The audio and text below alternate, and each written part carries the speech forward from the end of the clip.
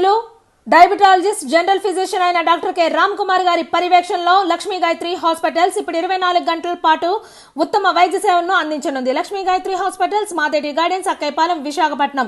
సంప్రదించవలసిన number 0891272877.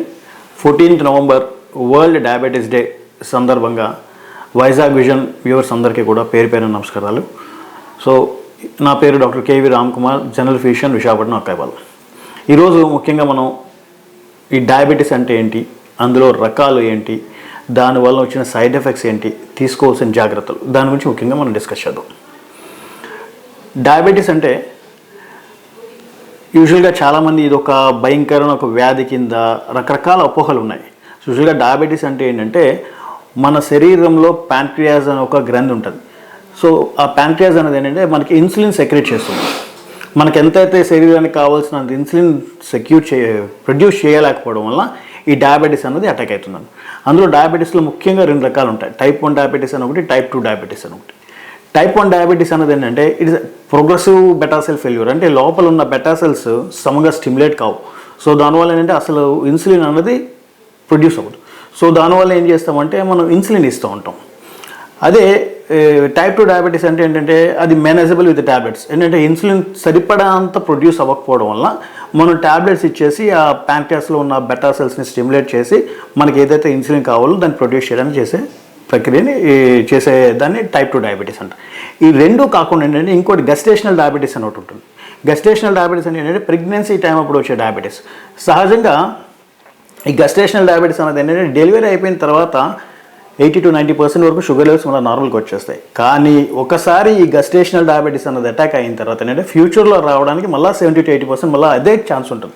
So ఒకసారి gestational diabetes అన్నది అటాక్ అయిన తర్వాత, డయాగ్నోజ్ అయిన తర్వాత కంపల్సరీగా వాళ్ళు లైఫ్ లాంగ్ అవకాశం ఉన్నంత వరకు కూడా డైట్ కంట్రోల్ చేస్తూ తగ్గ ఫిజికల్ యాక్టివిటీస్ అవి కానీ చేయగలిగితే డయాబెటీస్ అన్నదానికి రావడానికి మనకి టైం ఇస్తుంది. అంటే రావడం అన్నది 99% వస్తుంది. కాకపోతే మనం ఈ డైట్ కంట్రోల్ అనేది చేయడం వల్ల ఏంటంటే గ్యాప్ కొంచెం టైం ఎక్కువ తర్వాత ఎప్పుడో లేటర్ స్టేజెస్ తర్వాత ఎప్పుడో రావడానికి అవకాశం ఉంటుంది.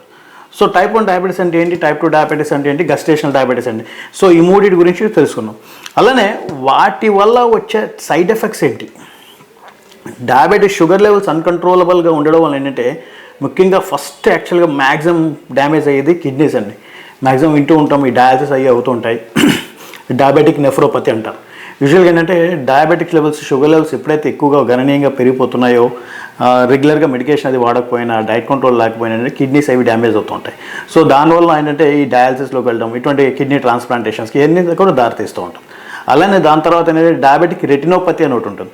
సో ఐస్ డ్యామేజ్ అవుతుంటాయి, లాస్ ఆఫ్ విజన్, కొంచెం ఒక్కొక్కసారి మసగ్గా కనిపించడం కానీ, అదే నెగ్లెక్ట్ చేస్తూ ఉంటే ఏంటంటే కళ్ళు కూడా డ్యామేజ్ అవుతూ ఉంటాయి. తర్వాత ఇంకోటి ఏంటంటే ఎక్కువగా చూస్తే డయాబెటిక్ పెరిఫెరల్ న్యూరోపతి అని ఒకటి వస్తుంది. అంటే ఏంటంటే అరిపాదాల మంటలు కానీ, చెయ్యలు తిమ్మిర్లు కానీ, స్పర్శ కోల్పోవడం, ఇటువంటి. యూజువల్గా ఏంటంటే చాలామంది షుగర్ పేషెంట్స్ మనం చూస్తూ ఉంటాం. వాళ్ళకి ఏంటంటే నైట్ టైం పడుకునేటప్పుడు ఏమైనా ఎలుకలు లాంటివి అటువంటివి కరిచేస్తూ ఉన్నాయి, లేదంటే ఏదైనా నడుస్తూ తగులుతూ ఉంటాయి. అయినా కూడా ఏంటంటే వాళ్ళకి వేలు కట్ అయిపోయినా కూడా వాళ్ళకి స్పర్శ అది తెలియదు. సో అటువంటిప్పుడు ఏంటంటే ఈ గ్యాంగ్రీన్గా ఫామ్ అయిపోయి యాంపిటేషన్స్ అవ్వడం, ఇటువంటి ఛాన్సెస్ కూడా చాలా ఎక్కువగా ఉంటుంటాయి. యూజువల్గా డయాబెటిక్ ఈ 3 సిమ్టమ్స్ ఎక్కువగా వస్తూ ఉంటాయి. ఇవి కాకపోతే ఇవి అదర్ దెన్ దిస్, ఈ 3 కాకుండా ఏంటంటే మళ్ళీ హార్ట్ మీద కూడా ఇంపాక్ట్ అది ఎక్కువగా ఉంటుంది. సో యూజువల్గా అందుకే మేము చెప్పే మా పేషెంట్స్ అందరికీ కూడా మెడికేషన్ ఒకటి వాడుకుంటే సరిపోదు. రెగ్యులర్ డాక్టర్ విజిట్ కంపల్సరీ ఉండాలి. రెగ్యులర్గా ఏంటంటే సెకండరీ కమోడిటీస్ అంటే సెకండరీ డిసీజెస్ ఏవి రాకుండా ఉండడానికి, లైక్ ఏదైతే మనం డిస్కస్ చేసామో ఈ డయాబెటిక్ పెరిఫెరల్ న్యూరోపతి కానీ, రెటినోపతి కానీ, నెఫ్రోపతి కానీ, ఇటువంటి కాంప్లికేషన్స్ అవి ఏవి రాకుండా ఉండడానికి రెగ్యులర్గా ఫాలోఅప్ చేస్తూ ఉండాలి. అంటే at least every alternate month kidneys గట్రా ఎలా పనిచేస్తున్నా చెక్ చేసుకుంటూ ఉండాలి. వాటితో పాటు బ్లడ్ లెవెల్స్లో ఉన్న మన కొలెస్ట్రాల్ లెవెల్స్ కూడా చెక్ చేసుకుంటూ ఉండాలి. ఈసీజీ అది చెక్ చేసుకుంటూ ఉండాలి. కంపల్సరీగా ఇయర్లీ వన్స్ అని కూడా ఐ ఫండస్ కూడా చెక్ చేసుకుంటూ ఉంటాం. సో ఈ విధంగా రెగ్యులర్గా మనం ఫాలోఅప్ ఎప్పుడైతే చేస్తున్నామో ఈ సైడ్ ఎఫెక్ట్స్ ఏవైతే ఉన్నాయో మనం ఎర్లీ స్టేజ్లో కానీ డిటెక్ట్ చేసుకోగలిగితే దానికి ఏదైతే మెడిసిన్స్ వాడుకోవాలో ఆ వాడుకొని మనం సేవ్ చేసుకోగలుగుతాం. కిడ్నీస్ ఏవైనా అటాక్ అవుతున్నాయి అనుకోండి, ఇనిషియల్ స్టేజ్లో ఉంటే మనం రూల్ అవుట్ చేసుకుంటే మెడికేషన్ వాడి ఫర్దర్ డిటోషన్ లేకుండా ఉండడానికి తోడ్పడుతుంది. అలానే ఐస్ కానీ, లేదంటే పెరిఫెరల్ న్యూరోపతి కానీ ఏదైతే ఉందో దానికి మెడికేషన్ వాడుకోవచ్చు. తర్వాత మెడికేషన్ దగ్గరకు వచ్చేసరికి ఏంటంటే కంపల్సరీగా యూజువల్గా మ్యాక్సిమం పేషెంట్స్ చూస్తూ ఉంటాం, మేము రెగ్యులర్గా వాడుతున్నామండి, అది కరెక్ట్ అయిన సమాధానం అయితే కాదు.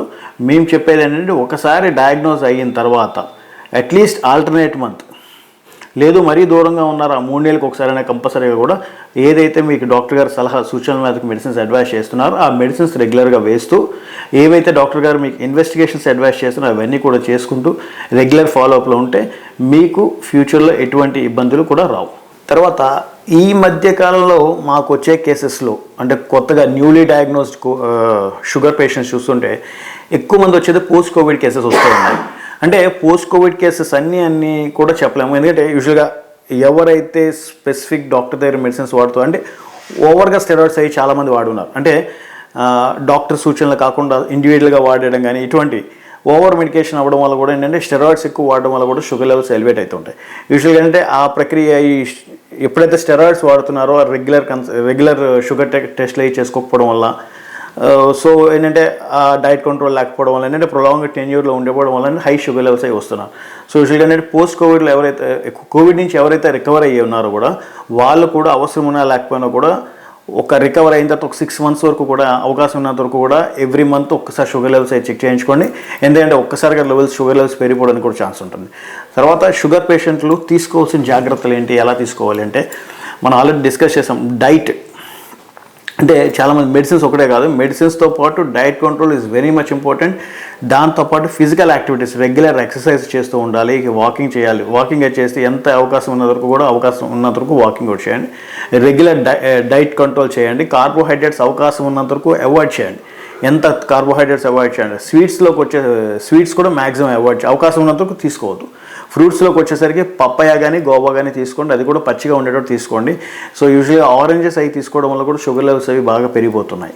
సో యూజువల్గా ఏంటంటే ఒక హెల్దీ ఫ్రూట్ తీసుకోవడం మంచిదే. కాకపోతే ఏంటంటే మనం తీసుకున్న ఫ్రూట్స్ అన్నీ ఏంటంటే కెమికల్స్తో పండిస్తున్న ఫ్రూట్సే కాబట్టి వాటి ఇంపాక్ట్ కూడా ఉన్నట్టు నాకైతే అనిపిస్తోంది. యాక్చువల్గా ఒక ఫ్రూట్ తీసుకోవడం it's very good for health for anybody. కాకపోతే ఏంటంటే మనం ఇక్కడ రెగ్యులర్గా మేము ప్రాక్టికల్గా చూసేసరికి ఏంటంటే ఈ ఫ్రూట్స్ తీసుకోవడం వల్ల కూడా షుగర్ లెవెల్స్ పెరుగుతున్నాయి. సో అందుకని చెప్పి నా పేషెంట్స్కి అయితే కంపల్సరీ నేను అడ్వైస్ చేస్తున్నాను, కేవలం పప్పాయ కానీ గోవా కానీ అది కూడా పచ్చిగా ఉండేటట్టు తీసుకోమని చెప్తున్నాం. ఈ యాపిల్స్ కానీ ఇవి తీసుకున్నా కూడా షుగర్ లెవెల్స్ పెరుగుతున్నాయి. సో దయచేసి ఇది కూడా మీరు గమనించండి. దీనితో పాటు ఎక్సర్సైజ్ ఆల్రెడీ డిస్కస్ చేసుకున్నాము. తర్వాత నెయిల్స్ అవి కూడా కట్ చేస్తున్నప్పుడు చాలా జాగ్రత్తగా ఉండాలి. యాక్చువల్గా నెయిల్ కట్టర్స్తోనే కట్ చేయండి, ఇష్టమైన బ్లేడ్లు అటువంటివి కట్ చేయొద్దు. ఎందుకంటే ఈ కట్ చేస్తున్నప్పుడు చిన్న ఇంజరీస్ అవుతున్నప్పుడే చాలా కాంప్లికేషన్స్ డెవలప్ అవుతాయి. సో యూజువల్గా ఏంటంటే చాలామంది మనం చూస్తుంటాం ఈ కాలు తీసేయడం. యాక్చువల్గా ఏంటంటే అవి చిన్న ఇంజరీస్, చిన్న మేకు గుచ్చుకోవడం కానీ ఏదో ముళ్ళు గుచ్చుకోవడం కానీ చెప్పు గరవడం కానీ ఇటువంటి ఇన్సిడెంట్లు అయితేనే అంతవరకు వెళ్తుంది. సో అందుకని చెప్పేది ఏంటంటే ఎటువంటి చిన్న మైనర్ ఇంజరీ ఉన్నా కూడా కంపల్సరీగా మీరు డాక్టర్ గారి దగ్గరికి వెళ్ళి టీటీ ఇంజెక్షన్ చేయించుకొని ఆ వ్యాక్సిన్ చేసుకొని తర్వాత ఏదైతే యాంటీబయాటిక్ కోర్స్ ఉందో కంపల్సరీగా వాడుకోండి. ఎందుకంటే ఆ చిన్న ఇన్ఫెక్షనే అది యాంపిటేషన్ వరకు దారితీస్తుంది. సో అంతవరకు వెళ్ళకుండాలనేది ఇనిషియల్ స్టేజ్లోనే మనం దాన్ని కానీ నియంత్రించగలిగితే ఈ కాంప్లికేషన్స్ అవి రాకుండా ఉంటాయండి. Hi viewers, Vizag vision channel ని సబ్స్క్రైబ్ చేసుకోండి. మా ఛానల్ అందిస్తున్న జాతీయ అంతర్జాతీయ స్థాయి వార్తా విశేషాలు నోటిఫికేషన్స్ కోసం ఇక్కడ కనిపిస్తున్న బెల్ ఐకాన్ ని క్లిక్ చేయండి.